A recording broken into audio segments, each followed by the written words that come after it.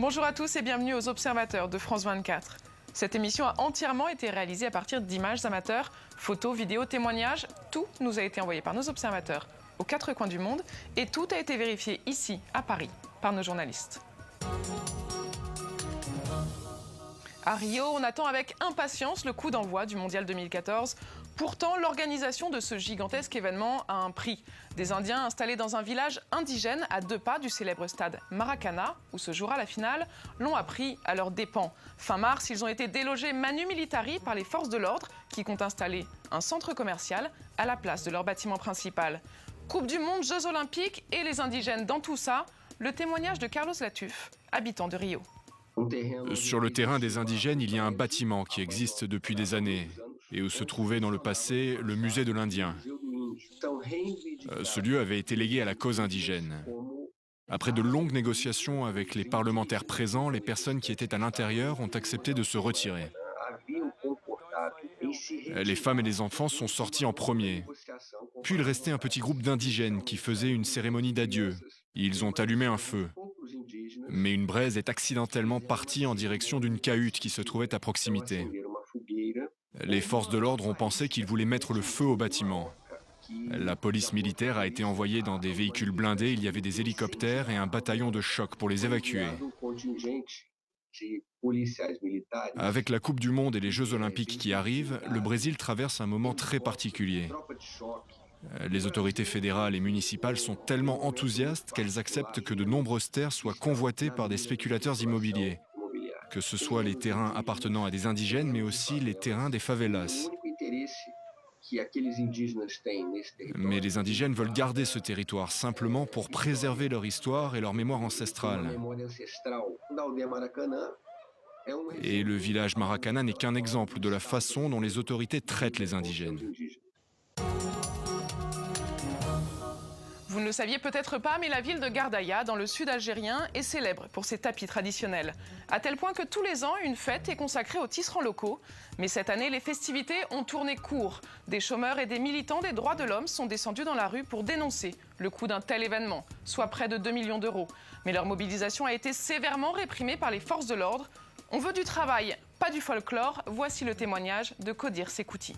Avant l'ouverture officielle de la fête du tapis, nous, les militants de la Ligue pour la défense des droits de l'homme, avec le comité du chômage de la wilaya de Gardaya, on a fait un sitting devant l'estrade officielle.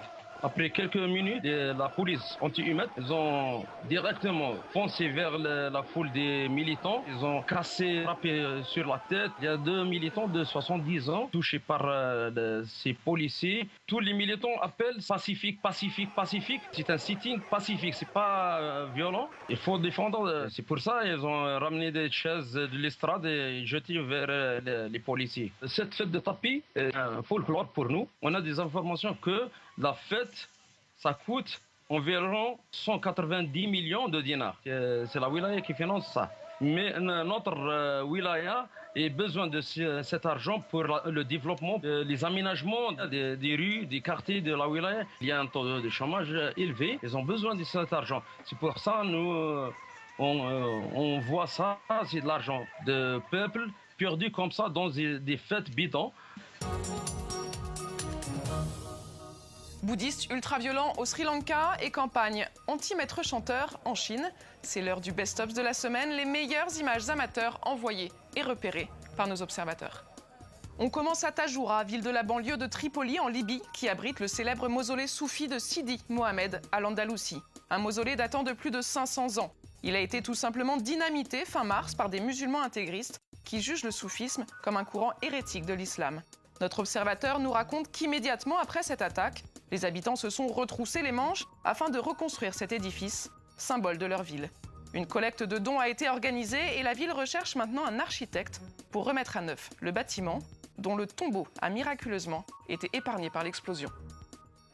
On part à Colombo, capitale du Sri Lanka, où fin mars, un entrepôt de vêtements tenu par des membres de la minorité musulmane a été la cible d'une attaque. Notre observateur, Azam Amin, était sur place. Il affirme que ce sont des moines bouddhistes radicaux qui étaient à la tête du groupe d'assaillants.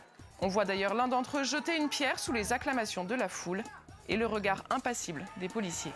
Et on finit dans le Hunan, en Chine, avec cette étrange campagne officielle. Elle promet des mesures sévères contre toute personne qui tente de faire chanter des officiels chinois en insérant leur image dans des photomontages pornographiques. Ce délit serait particulièrement fréquent dans la région, où des gangs de malfaiteurs se sont même spécialisés dans le domaine. Une mode toutefois inspirée par de réels scandales qui ont coûté leur poste à plusieurs personnalités politiques récemment.